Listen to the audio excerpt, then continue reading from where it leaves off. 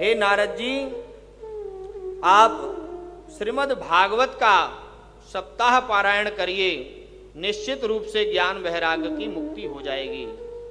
तो नारद जी ने कहा कि श्रीमद् भागवत में जो भी ब्रह्म सूत्र आदि हैं वही तो वेद वेदांत के ही हैं। वेदों में जो ब्रह्म सूत्र आदि की व्याख्या हुई है वही तो श्रीमद् भागवत भी है। तो वह भी सत्कर्म सुनाने से जब मुक्ति नहीं हुई तो भागवत से कैसी होगी। सनकादिक आचार्य बहुत अच्छे से उत्तर देते हैं नारद जी को कि वेदो निषदाम सात जाता भागवती कथा। वो कहते हैं जैसे आम का वृक्ष होता है और आम के वृक्ष से ही फल निकलता है, लेकिन जो स्वाद आम के फल में आता है क्या वो वृक्ष में आता है? नहीं आता है। आप कहेंगे कि आम के वृक्ष से ही तो ये फल उत्पन्न हुआ है, आम के पत्ते खाने से वो स्वाद मिल जाए, डाली में, तना में, पेड़ में तो नहीं मिलेगा। यद्यपि बना पेड़ से ही है आम का फल, लेकिन जो स्वाद आम के फल में आएगा वो पेड़ में नहीं आएगा। दूसरा उदाहरण देते हैं दुग्ध का, कि दुग्ध से ही घृत बनता है, लेकिन जो कार्य घृत से हो सकते हैं वो दुग्ध से नहीं हो सकता है। यद्यपि दुग्ध को जमा करके दही बनता है, दही को मथ करके घृत बनता है, लेकिन जो बढ़िया बढ़िया पूड़ियाँ घृत में बनाई जा सकती हैं, आप कहेंगे ये दूध से ही तो घी बना है, दूध में बना लो, तो क्या संभव है? संभव नहीं है।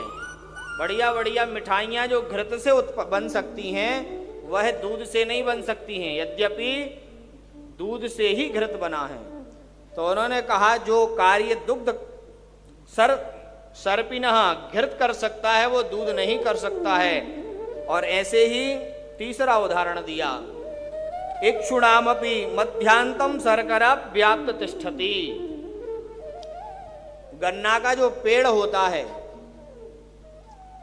पेड़ में भी मिठास हो सकती है, लेकिन जो मिठाइयाँ आदि शर्करा से, शक्कर से बनती हैं वह गन्ना के रस से नहीं बन सकती हैं या गन्ना के पेड़ से नहीं बन सकती हैं। तो जो कार्य शर्करा से हो जाता है वो गन्ना से नहीं होगा, यद्यपि बराई गन्ना से ही शर्करा बनती है। तो ऐसे ही भागवत के ब्रह्म सूत्रों, वेदों के ब्रह्म सूत्रों से ही भागवत का निर्माण हुआ है, लेकिन जो कार्य भागवत से हो सकता है वह वेदों से संभव नहीं है। इस प्रकार से उदाहरण दिए तो नारद जी को समझ में आ गया कि आदमी कितनी ही पढ़ाई कर ले, कुछ भी कर ले, लेकिन जब तक परमहंसों की शरण में नहीं जाता है, जब तक शास्त्रों का जो अर्थ है, शास्त्रों का जो महत्व है वो समझ नहीं सकता।